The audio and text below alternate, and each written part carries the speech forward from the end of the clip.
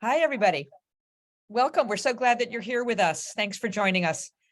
My name is Vivian Schiller, and I am Executive Director of Aspen Digital. We're a program of the Aspen Institute that focuses on the intersection of technology and media, and a big area of focus for us is cybersecurity. We're here today to celebrate an anniversary that it means a lot to me, and I know to many of you who are on this Zoom call with us today in the cyber community, and that is the 1-year anniversary of the Cyber Civil Defense Initiative, which was both inspired and also fully supported by Craig Newmark Philanthropies, and composed of dozens of organizations dedicated to educating and protecting Americans amid escalating cybersecurity threats. Today's program is going to feature a few different parts.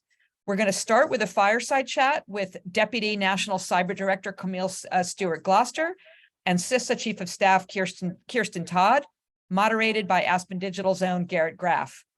We'll then have a panel of practitioners who are intimately involved with cyber civil defense, including Tanisha Martin of Black Girls Code, Alexis Eggleton of Girl Scouts of Greater New York, Phil Reitinger of the Global Cyber Alliance, and Megan Stiefel of the Institute for Security and Technology. Our moderator for that session will be Madeline Dinona of the Gina Davis Institute. These panelists, but not the fireside chat participants, will be taking questions from the audience at the end. And finally, we're going to hear from the man himself, Craig Newmark. Again, he is both the inspiration for all this work and an inspiration for many of us every day, with an encouraging remark and always a pigeon joke, which we greatly appreciate. And with that, I'm now going to turn it over to my colleague, Garrett Graff, who will lead our fireside chat. Good afternoon, everyone. Thank you all for joining us, and particularly pleased to be here with two friends, Camille Stewart-Gloucester from the Office of the National Cyber Director at the White House, and Kirsten Todd, Chief of Staff at CISA in the Department of Homeland Security. Kirsten, let me start by asking you here, both you and Camille came into government here from the private sector, have experience in the nonprofit world. And I wonder if you could start us off this afternoon by talking a little bit about how you see the public role in cybersecurity differently now that you are sitting on the government side.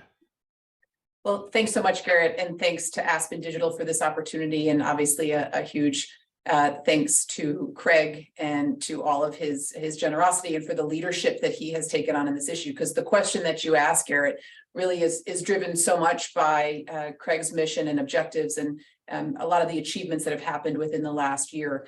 You know, I think having come from the nonprofit sector, I was a little bit tuned into the role of individuals, looking at small businesses and individuals. But I think even more so when we look at the cyber threat landscape now today and how it continues to increase, the need for individual accountability and responsibility in cybersecurity is so critical. So whether we're looking at cyber education, how we're helping individuals understand their role in cybersecurity through their jobs, the tools that are out there, the services to access, all of these elements come down to how we as individuals have a role. And I think, you know, CISA, typically people understand it to be an engagement with industry, but at the end of the day, everything comes down to people. And I think that's one of the things that Craig has done so effectively and importantly is to really articulate that personal responsibility. So what we're focused on in these partnerships with nonprofits, and particularly when we're looking at building out the workforce, it's so much about educating individuals, and all of the relationships and engagements that Craig has are ones that a lot of them we're working off of as well, thanks to his support. But importantly, how can we get to individuals to help them understand what their role is? Camille, you sit in this fascinating new position, in this fascinating new office in the White House, bringing really coordinated national level attention to issues around cybersecurity.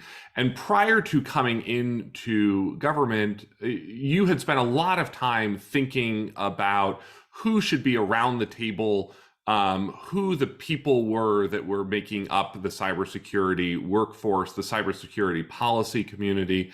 And I wonder if you could talk a little bit about that mission and how you see that coming together inside government and building these public-private partnerships around this important issue.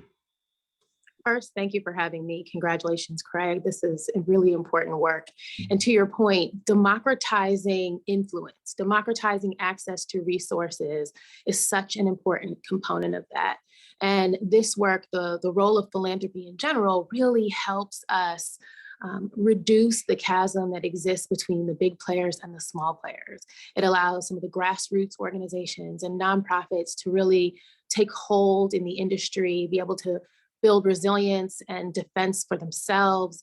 And those things are extremely important to our broader ecosystem, but also really important as we seek to make sure that around the table, both in my seat in ONCD and in prior hats, to make sure that all of the voices are represented in the conversations that we're having.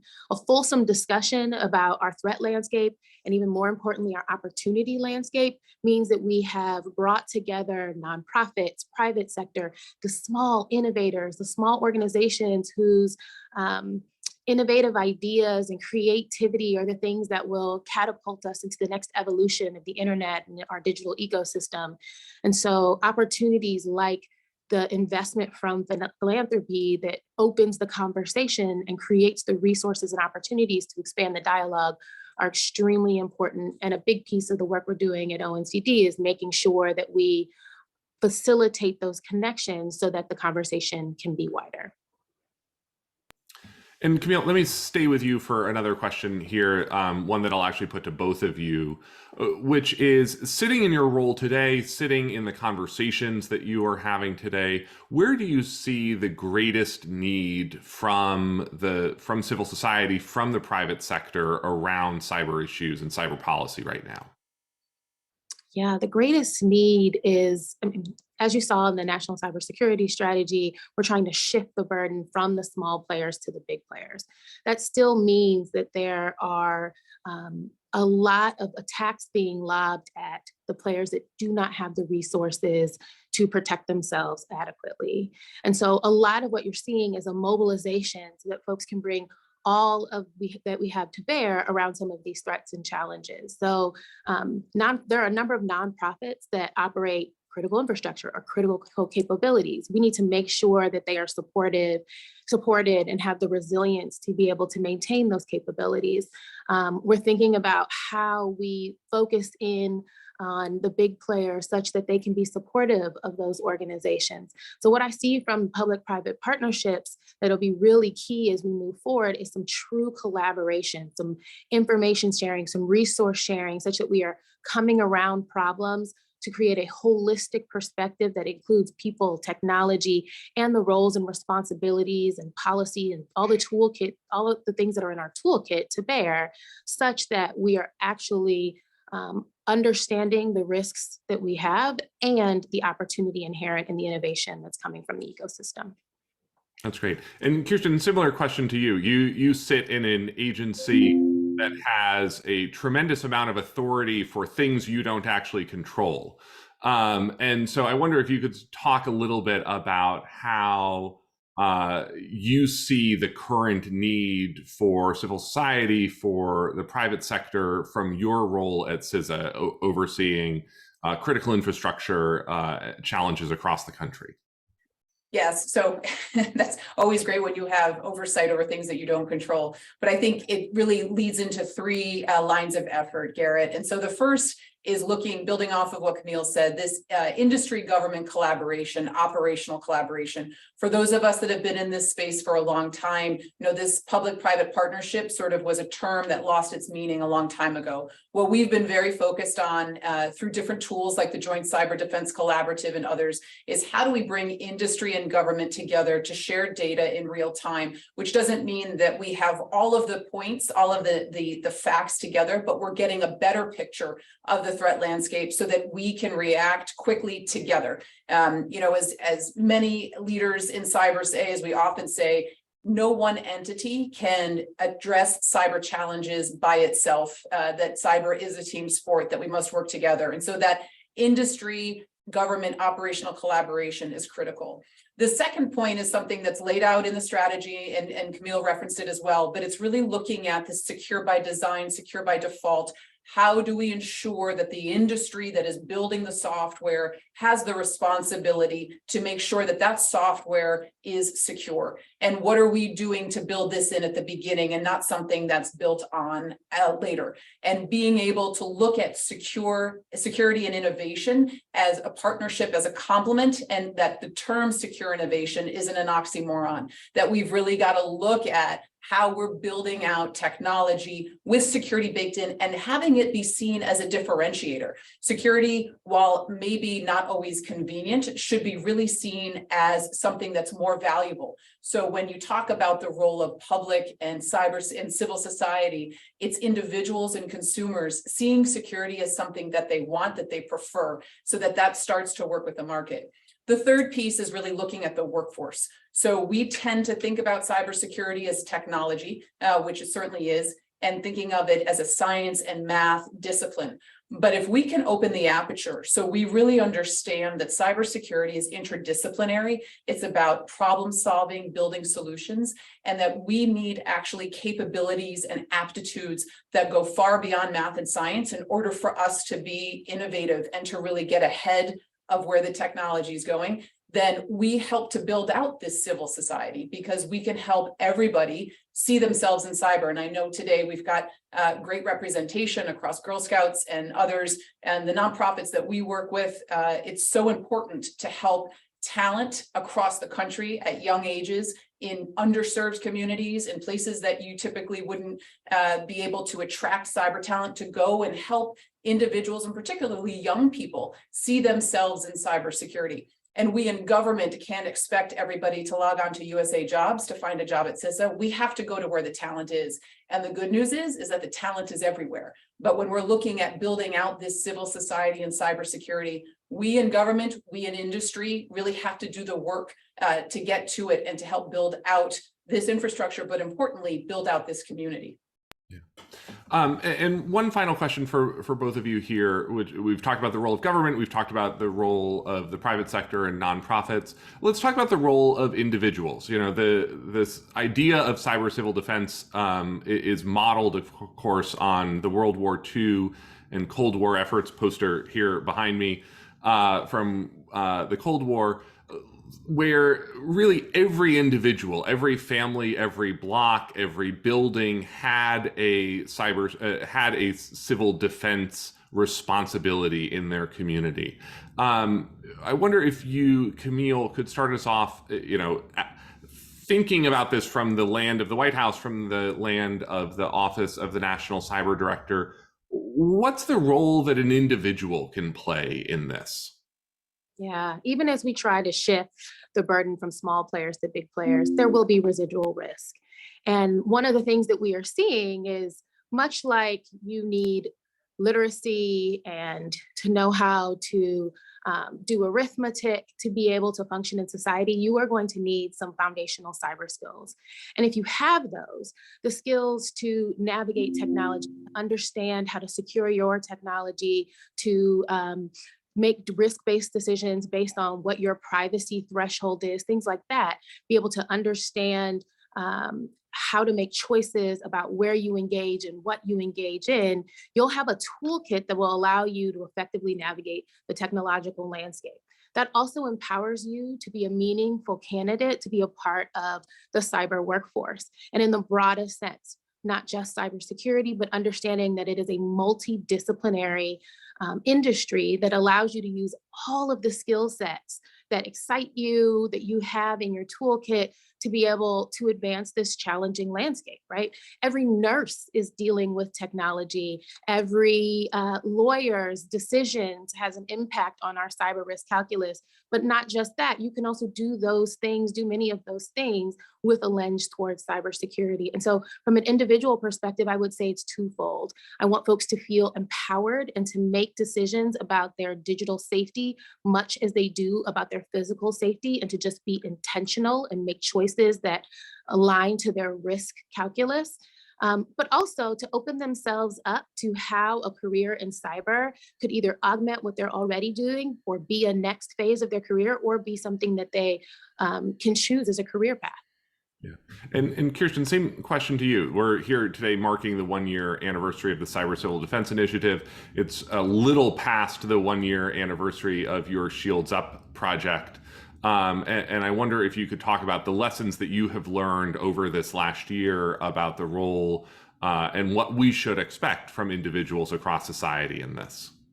Well, I think, again, building off of what Camille said, I mean, every individual has a responsibility. And so what we're really focused on at CISA is raising that bar for cyber hygiene so that individuals do understand that. And what was interesting about Shields Up, which was a campaign that we launched in November with an understanding that it was likely that Russia was going to invade Ukraine, was lowering the bar for reporting, really highlighting the issues that you've just got to do the basics in your company. And while some of those might seem obvious, I think for the most part, a lot of it hadn't been done, and it gave CISOs more power to really invest in those basics. But I'll use your question as an opportunity to really focus on our education system, and something that I know Craig's donations and philanthropy has focused on, which is when we give a child an iPad to begin to learn to read or understand math, we should also be teaching that child what it means to be cyber secure. What are the basic cyber hygiene practices? We have to look at building this culture of cybersecurity as early as we can, just like there's the science around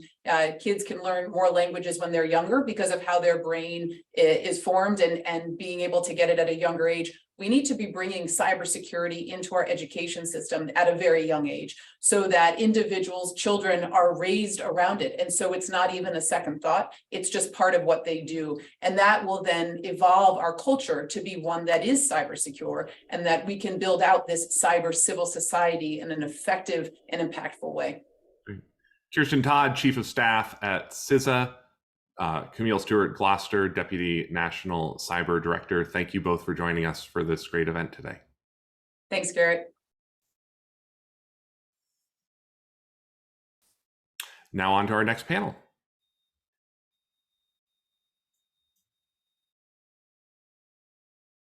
Greetings, everyone. I'm so happy to be here. I'm Madeline DiNono, President and CEO of the Gina Davis Institute on Gender and Media.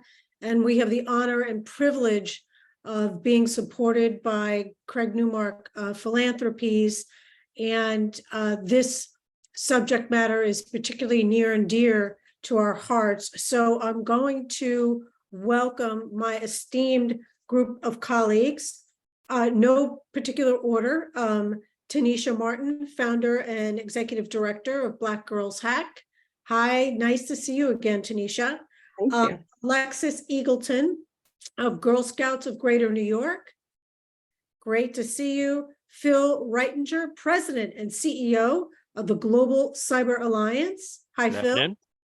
And Megan Stiefel, Chief Strategy Officer, Institute for Security and Technology. And, you know, in our previous discussion, we were talking about partnership between civil society and government, and making sure that from a civil society standpoint, the public is aware of the issues and also can engage in terms of the pipeline and the workforce.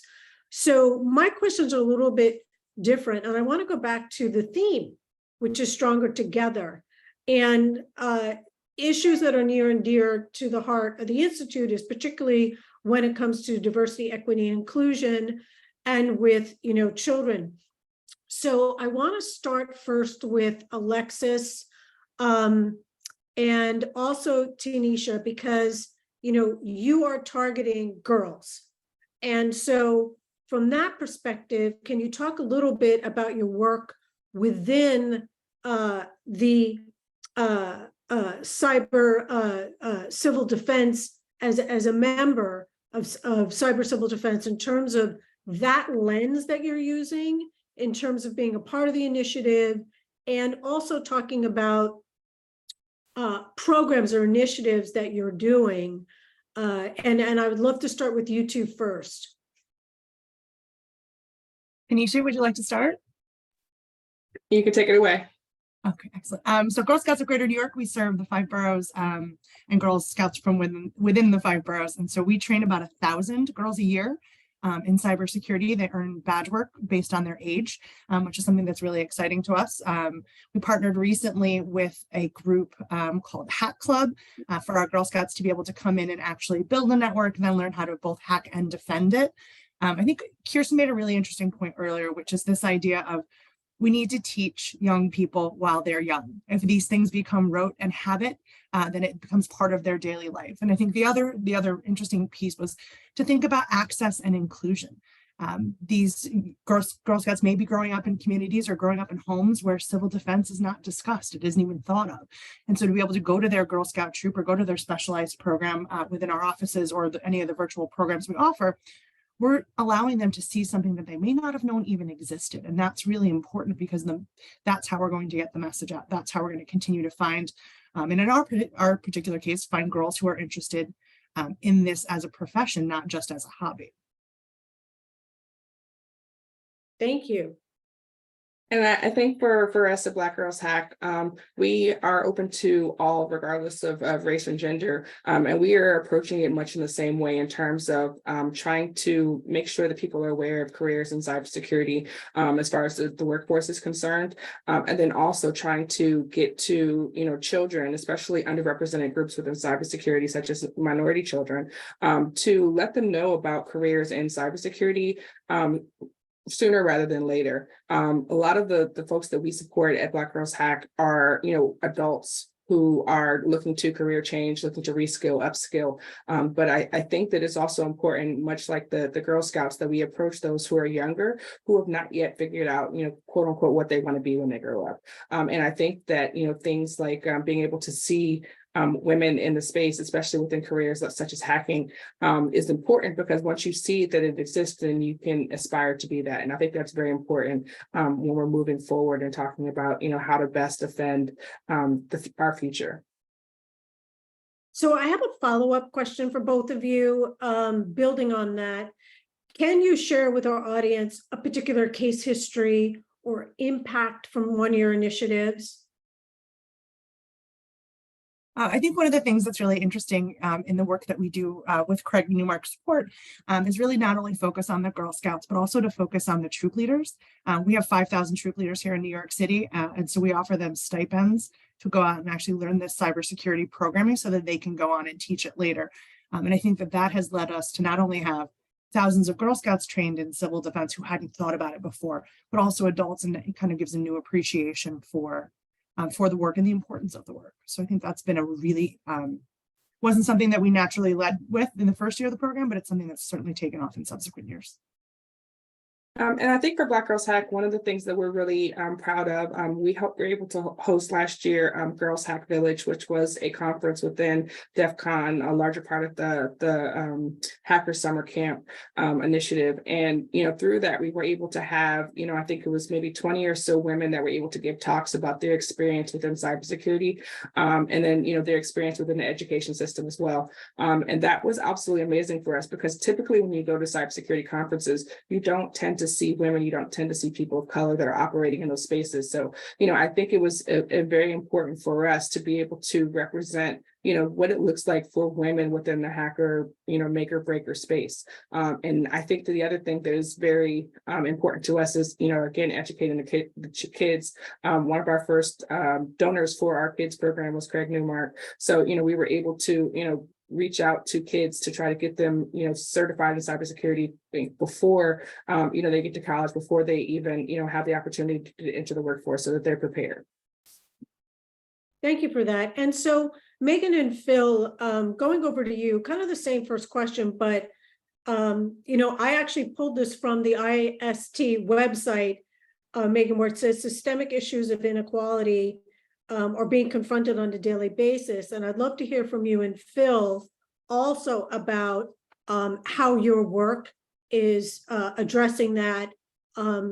Also, how are you thinking about diversity, equity, inclusion as you do with your work within, the initiative? Megan, you want to go ahead? I was going to defer to you, but no, happy to take that first question. I think there's a nice synergy between our two organizations, given the work that GCA does on the toolkits, which I'm sure Phil will talk about. We're, as I'll get to in a few minutes, trying to work across the ecosystem, looking to leverage the capabilities of the most capable organizations out there who can support themselves and others in better securing our critical infrastructure and our personal user devices, together with equipping and all the way down to equipping small and medium-sized enterprises with recommendations to help them, in particular, better prepare and respond to incidents of ransomware, which we know is a problem that is immune to size of organization. We now see some of the larger organizations being targeted by ransomware, but it can also affect even the smallest, and that itself, because of for a number of reasons, some of which have been discussed this afternoon, can be particularly problematic for organizations and individuals that fall below this, what is often referred to as the cyber poverty line. And so it's essential, we think, to leverage these higher capable skills and organizations to better secure those who are not themselves as empowered, may not have the resources to secure themselves. And so I'll turn it over to Phil just to say that it's, as has been the case with the prior civil defense, we really need to think collectively about this. And so we're trying to work across that ecosystem. And just Phil, before you jump in, maybe for the two of you, because I'm kind of an outsider, you mentioned cyber security poverty line. I hadn't heard that before. What does that mean? So I can start with that if you like. It's actually a term coined by Wendy Nather, who was with Duro Security and is now, that's been bought by Cisco. But the notion is, and this is really sort of the motivating factor behind cyber civil defense, if you will, that cybersecurity is possible for the people that have the resources and the expertise. And that is actually a tiny, tiny slice, right? It's not like driving your car where everybody knows how to drive a car safely. Very few people know how to drive a computer safely. And even if they do, they may not have the resources to do it properly, right? And so the notion is that the people who can do that are above the cybersecurity poverty line, and those who are not able to do that are below that. And that it's not at 30% or 20% of even the US population. It's about 95 or 96 or 97%. So what Craig's cyber civil defense is all about really is a whole of society effort, as Garrett and Camille and Kirsten talked before, making sure that everyone is enabled to do the things that they need to do to protect themselves. And so something both Megan's organization, IST, and mine, the Global Cyber Alliance, do is working towards that. Our particular play is around making sure that everybody has access to the tools and services to do the basics, and the expertise, the knowledge to do the basics. Sort of like how to drive your car safely, how to brake, right? So how to buckle your seatbelt. Well, the cool thing about the internet is you can get sometimes that seatbelt with the car or externally. And so what we do, among other things, and Megan mentioned this, is provide a set of free cybersecurity toolkits for a bunch of different audiences that are designed to make it possible for anybody around the world to be able to do what is often called basic cyber hygiene, using multiple factor authentication, keeping your software up to date, those kinds of things. And I'm happy to talk about a particular case that we did in Indonesia to bring some of the communities left behind in the space, but I don't want to go on too long. So that's really the idea there, that everybody has the means to do what they need to do to be protected, and absorb it from people that look like them, get a fully diverse environment in putting those tools forward. So it's not just, white men over 50 in the United States who can protect themselves, but anybody around the world. Thank you for that. Megan, over to you. Sure. Well, I think so. Phil talked a little bit about the cyber poverty line. What I can do now is just to highlight some of the work that we've been, with Craig's tremendous support, able to accomplish, and thinking about, again, spanning the ecosystem. And just to say, we're delighted to be here alongside our peers and highlighting how participation in the cyber civil defense has helped us work to improve our nation's cybersecurity. Craig Newmark Philanthropies has supported our organization in convening the ransomware task force, which was an effort we launched in early 2021 to help organizations, including governments, but also large and smaller organizations, better prepare for and respond to ransomware incidents, while also supporting public policymakers in deterring and disrupting the ransomware threat. We, with the essential support of Craig Newmark Philanthropies, we've been running 7 lines of effort, or some might call them mini projects, in order to support implementation of the recommendations of the task force. And we'll be talking a little bit more about these efforts on an event on May 5th, which is currently open for registration, and we encourage folks to join. We've been successful in making progress on against 90% of those recommendations. And I'll just touch quickly on a couple of those. One is that the ransomware task force, which was a multi-stakeholder, meaning governments, civil society, nonprofits, and industry stakeholders from the biggest to the smallest, put forward a set of recommendations that included, among other things, asking the government to make available resources to both large and small enterprises to better protect themselves. And actually, President Biden signed the bipartisan infrastructure bill over about a year and a half ago that included and allocated over $1 billion to help modernize and better secure, sorry for the noise, systems. One of the ones that I think is most relevant for this audience, so that we've been supporting it together and partnering with the Global Cyber Alliance and other civil society and industry partners, is an effort to improve cyber hygiene. So last year, together with the Center for Internet Security, Global Cyber Alliance, and others, we published something called the Blueprint for Ransomware Defense. It's a consolidated list of cybersecurity actions known to reduce ransomware by up to over 70%. And we've been working to raise awareness through things like webinars, which have been recorded and are available on our website. And next, we'll be looking to partner with an organization to support training against the set of recommendations that we know have been effective. And luckily for us, we have a partner in the Global Cyber Alliance, which has incorporated the recommendations into its toolkits that Philip mentioned. The last one I'll quickly touch on is working to improve public-private collaboration is something that Kirsten mentioned. This effort for our work on it also finds its roots in the ransomware task force. While we and others in industry work to boost users' defenses, as Camille mentioned, we know for the foreseeable future, malicious actors will continue to leverage hardware and software vulnerabilities to prey on organizations, both large and small, in order to make a profit. And we know that disrupting these actors' ability to make profit is one way to reduce harm. So over the past year, again, with the support of Craig Newmark Philanthropies, we've been engaging relevant parts of our government and like-minded stakeholders to share with them the expertise resident within the private sector and highlight how closer collaboration, operational collaboration between public and private partners can limit these bad actors' ability to keep harming us. We were particularly honored to support the development of the National Cybersecurity Strategy and pleased to see in Section 2 the objectives to enhance public-private collaboration, to disrupt adversaries, and to defeat ransomware, which were core elements of our engagement in the strategy as the strategy developed. For us, engaging our peers and partners in government in dialogue about the challenge of ransomware has led to progress, and Craig's support has been critical in our efforts to do so. So to sum it up, the cyber civil defense spanned individuals to experts in the old times. With Craig's generous support, we've been working to empower the smallest organizations and leverage the capabilities of the biggest to improve security for all. So thank you, Craig, and our peers.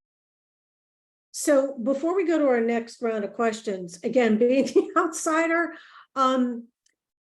collectively, and maybe this is a note for Craig with all the grantees, you know, as a caretaker, as an educator, as a person, knowing that we want all of this information to be accessible in terms of availability and accessible, can I understand what you just said? Is there some sort of vocabulary or, you know, how to become smarter, what you need to know as a parent or something somewhere hosted by somebody that anybody, you know, who did a Google search that said, you know, I want to know more about cyber civil defense or how to safeguard my family or myself. Does that exist somewhere? I'm just curious. I open that up also for Tanisha and Alexis to answer, because I don't know that there's a place that I can go so that I understand what, you know, cyber civil, you know, poverty means, or all these terms and things, ransomware. I don't even know what that means. That like somebody like me who's outside the industry can educate myself, or at least understand kind of what these terms are. Does that exist anywhere? So I'll start, Madeline. It actually exists in lots of places, right? And there are lots of resources that could help you. Like another grantee not here is Consumer Reports. And Consumer Reports, if you go to their site, you'll see a thing called Security Planner that will help you through doing some basic hygiene. For our stuff, the Global Cyber Alliance, if you just write this down, go to gcatoolkit.org, and you'll see 5 free cybersecurity toolkits. One's for small businesses, one is for individuals, and it's designed to lead you step by step with the training embedded there to do the things that you need to do the basics. Like, how do you enable two-factor authentication? What's a tool that lets you do that? So that's a resource that's available. And of the 5 toolkits I mentioned, Craig specifically funded the development of 3 of them. So that's the kind of work typically that goes into cyber civil defense. I will tell you, for you, you probably want the individual's toolkit. Craig helped sponsor that. If you have any problems, just send me an email and we'll improve the toolkit so it's better for people like you. But CISA has resources as well. The key point I'd like to make here is all of the people doing this have got to have one goal in mind, which is we've got to treat people, we got to meet people where they are and expect you to basically be able to devote the level of resources to cybersecurity that you do to driving your car safely. Right. So that's how we try to approach it.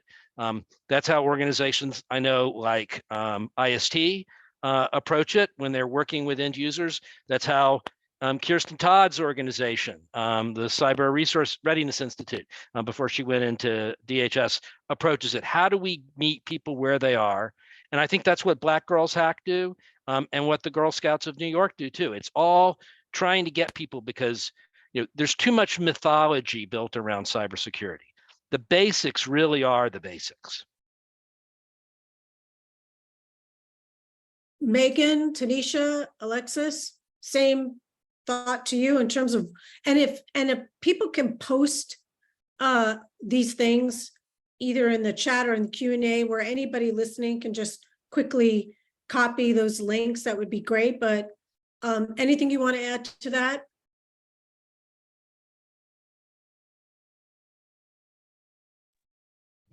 I would just reiterate what Phil said. There are a number of great resources out there, and I think what's tremendous about this is that, as Phil said too, they can meet organizations and users where they are. Both the blueprint that I mentioned, as well as the GCA toolkits, are available in multiple languages. Ours is in Spanish and soon to be in Portuguese. GCA has that and a few others, and so it's I think no longer the case where we don't know what to do. It's really getting to the user, help them do what we need to do, and that's where Craig Newmark Philanthropies has been so instrumental in equipping us and helping us scale to reach all of the users. Well, this dovetails with my final question, and we've talked a lot about, bless Craig for funding this initiative, for bringing everyone together.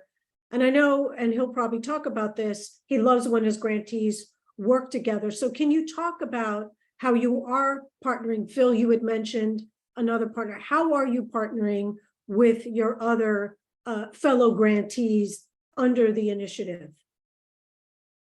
And anybody can jump in and start on that one. I can start. I think we mentioned earlier that we just did a hackathon with Hack Club. We had 100 young people come into our offices and build that network and learn how to defend it. We're also partnering with Wikimedia, and our Girl Scouts are learning all about what it takes to build and maintain Wikipedia pages. We're going to have a big event where they're all going to come together, and at Craig's wonderful suggestion, which we hadn't thought of, but it was great, was this idea of not only focusing on people that they admire, but focusing on prominent former Girl Scout alums, and making sure that we're sharing that information about all the things that they've achieved in their careers that may not have been expected, and that's coming up in June.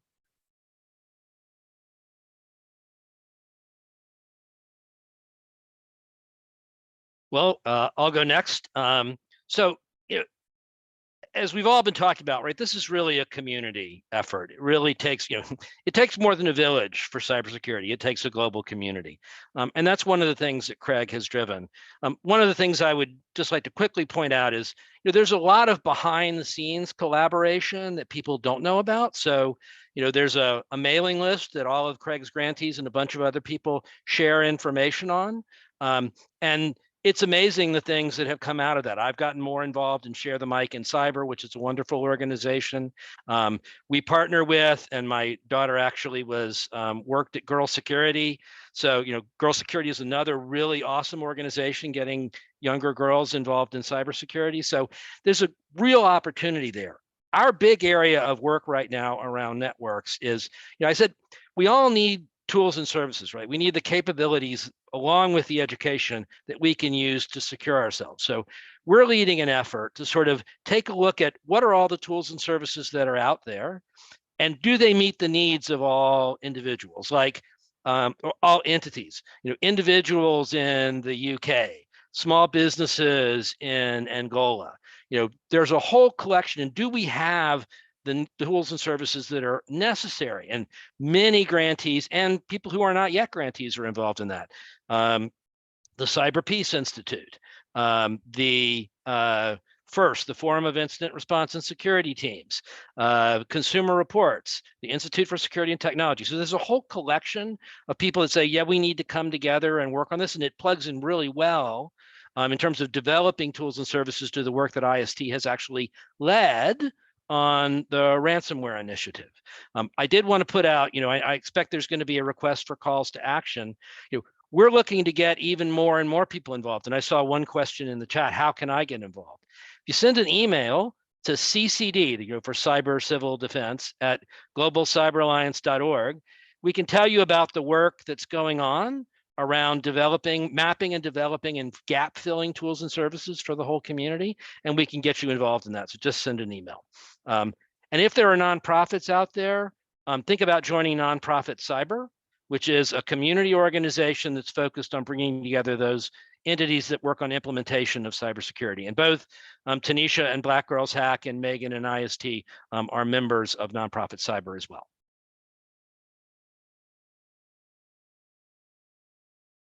Any comments, Tanisha, Alexis? Well, I think we have time for some questions, so I'm going to open it up, and I think one of our colleagues may pop on with some questions. Absolutely. So one question that just came in, is there something you'd like to see government do to help invest in a future generation of cyber leaders? This was by Anonymous and can be for anybody. So I'll take a crack at that. I think that I've seen this recent administration doing a great job of focusing on careers within cybersecurity and reaching out to diverse groups to, open up, to some non-traditional means of seeking people for those.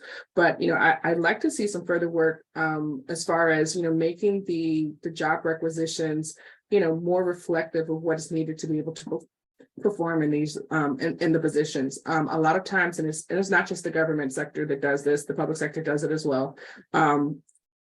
A lot of times the jobs are not realistic, and they're looking for people, for example, who have like a CISSP, which requires 5 years of experience for entry-level positions, right? We have, I think it's something like millions of jobs within the United States that are open in the cybersecurity realm, and we want to work towards getting people involved in those careers, but we need them to be more reflective of what's actually being done for those positions, and not just like a unicorn wish list, which a lot of I think organizations focus on. I'll foot stomp what Tanisha just said and just add, there are government programs to get people involved in cybersecurity, but as is generally the case with public interest cybersecurity, I like to talk about public interest cybersecurity because there's a big public interest around it. The level of underinvestment is massive. So, you look at the need that we've got, there are essentially no open or there are no people who have cybersecurity expertise who are looking for jobs. They all get hired. we need to have a bigger pipeline. We need to get more people involved. So it's time for the government to stop talking in terms of millions for workforce investment and start talking in terms of billions. And, I know that sounds ridiculous, but it really is not. The FBI has said for years that right up there with terrorism, cybersecurity is our biggest issue, then we ought to invest in that. And Congress ought to invest in that, and other governments ought to invest in that. It's not until we get people who really look like the country and look like the world involved in cybersecurity that we're really going to start to solve the problems.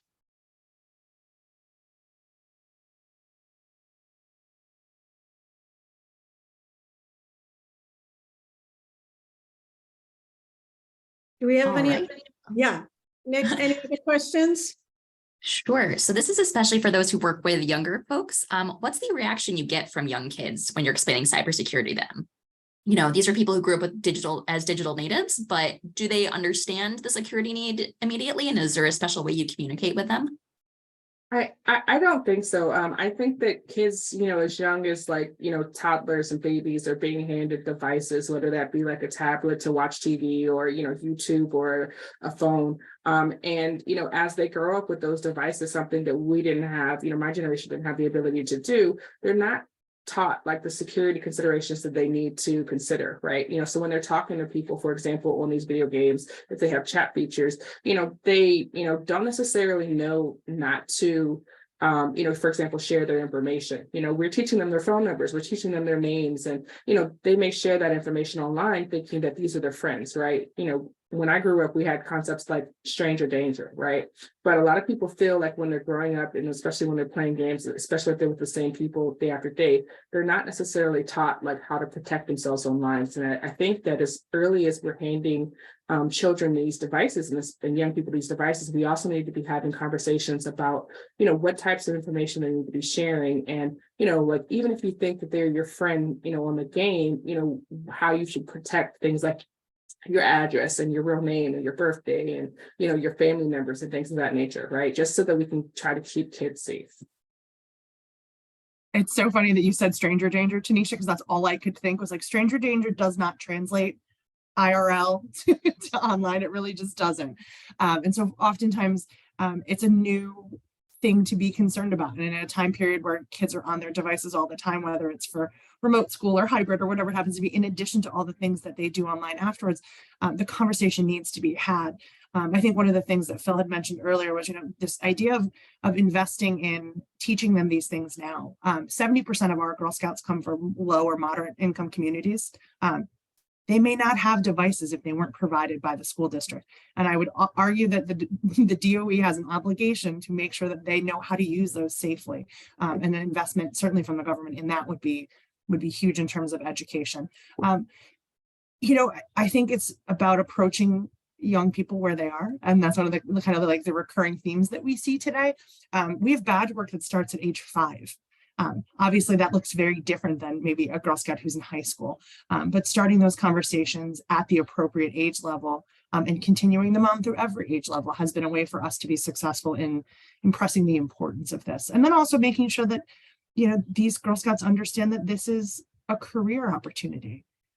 These are not Girl Scouts who are coming from families that have this type of background. And so we do a lot of career panels and virtual panels, and Phil's daughter did one for us too, really talking about how to make this a career opportunity for yourself. And that showing that pathway forward is really important too. There's a phrase that some of us like to say, which is that if you can't protect it, don't connect it. And I think we often think of that as in terms of devices, but it's for humans too. One of the ways that we can do that, which a number of folks here have been advocating for, is that we have more secure devices in the marketplace in the first place, but it will be a while. So we really need to work on, and I think we've hopefully shared some tools today that individuals can use to help better protect themselves. I think about it in talking with my young children. I do talk to them a bit about stranger danger, and I think, to answer the question that was posed a little bit earlier about what can the government do, I still see that there's a tremendous gap in age appropriate security training and modeling for kids. We can teach kids to buckle their seatbelts and recycle. We can certainly teach them about stranger danger and things like not sharing passwords. I just noticed that for younger children, it's a code instead of a long password.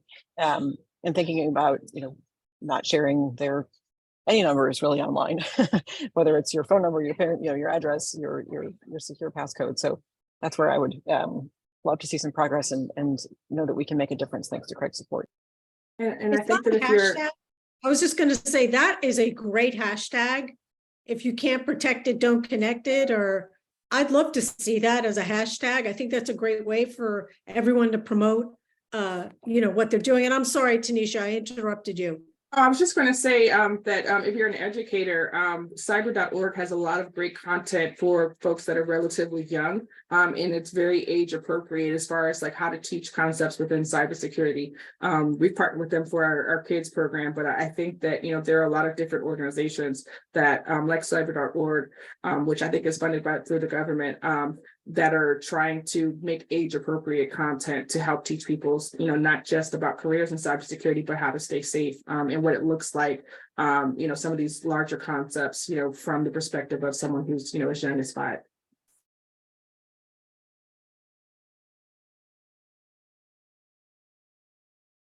Well, I think we are at time for questions. So without further ado, I would love to welcome our dear friend and colleague. And the reason why all of this wonderful work is happening, please welcome founder and main thought leader of the Cyber Civil Defense Initiative, Craig Newmark. Take it away, Craig. Hey, folks. My deal is about I want to help and protect the people who help and protect our country. I work with a lot of vets and their families. They tell me that's the fight I should be focused on. They tell me that in practice, I enlisted like 5 years ago. I'm now 70. I kind of feel like I'm living on borrowed time. I got all this from my parents. They grew up during World War II. Everyone was expected to play a role. Everyone was expected to pitch in and help. When I was a kid, I was, I guess, a duck and cover guy in school. I did the whole civil defense thing to the extent where Garrett Graff bought me this hat. You see the poster there, illustrating that I really have no dignity whatsoever. Now we take the civil defense concept. It's cyber civil defense because in this war, everyone is at risk. We're all being attacked. But it's important for a guy like me who talks like he grew up in New Jersey, because I did. I got to put my money where my mouth is. A year ago, I pledged $50 million to create this cyber civil defense thing for regular people to be able to protect themselves. That includes education, tool development, workforce development, and that should be available to everyone. That's the really important deal there. It should be inclusive so that everyone gets a fair shake. In the years since, it has actually grown into a thing. It's a community of nonprofits and civil society groups working together to a shared goal of securing our stuff. A couple months ago, I decided 50 million wasn't enough. I really had to put my money where my mouth is, like a good New Jerseyan, and I increased that commitment to $100 million.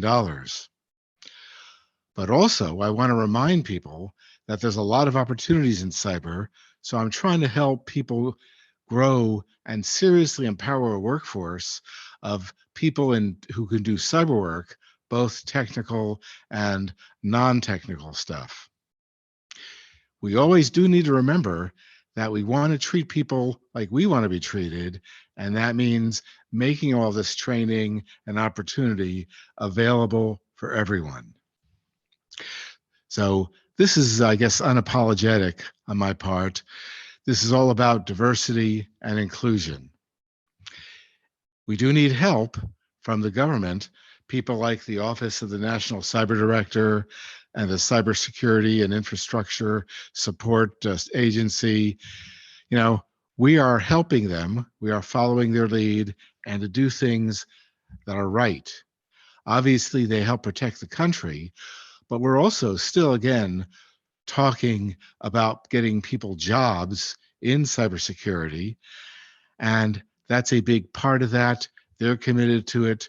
We're committed to it. They remind me that there are groups, nonprofits, who are part of the fight in ways that are not well understood. I support a group called Shadow Server, and people fighting cybercrime, people fighting our foreign adversaries tell me they need groups like Shadow Server, which are really good at finding bad stuff on the net and stopping it. For example, they fight ransomware gangs by taking over their servers, and they fight ransomware gangs by interfering with their payment processes. But we need help. And this is my little call to action, not only to everyone who can be involved, but we need additional investments from industry, from nonprofits, from academia and philanthropy. Basically, what I'm saying is it's time for other rich guys to pony up some dough. Also, a thing I learned to say in New Jersey. In close, I just want to thank everyone and all the organizations for being part of cyber civil defense. This is all important to the success of cyber civil defense, to the success of our nation, and the safety of our nation. But like the Batman says, I don't think I'm the nerd you want, but I'm the nerd you got. And it's over to Garrett now, who may be a nerd too. A very proud one. Thank you, Craig. And thank you to all of our participants and our grantees and partners in cyber civil defense here. And thank you all for watching out there on the internet. Have a great day.